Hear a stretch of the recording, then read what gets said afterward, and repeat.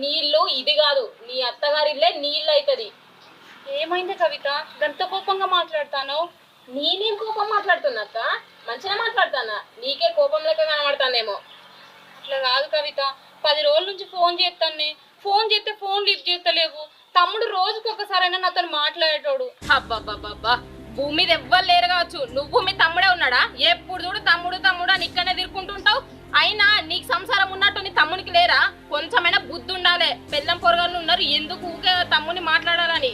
ఎప్పుడు చూడు తమ్ముడు తమ్ముడు అని ఇంటి చుట్టా తిరుక్కుంటుంటది. కవిత, నువ్వేనా నన్ను తిట్టేది? నేనే. అసలు ఏమైందా నీకు? ఒక్కసారి నా తమ్ముడిని విలువే, అందరు మాట్లాడక చాలు.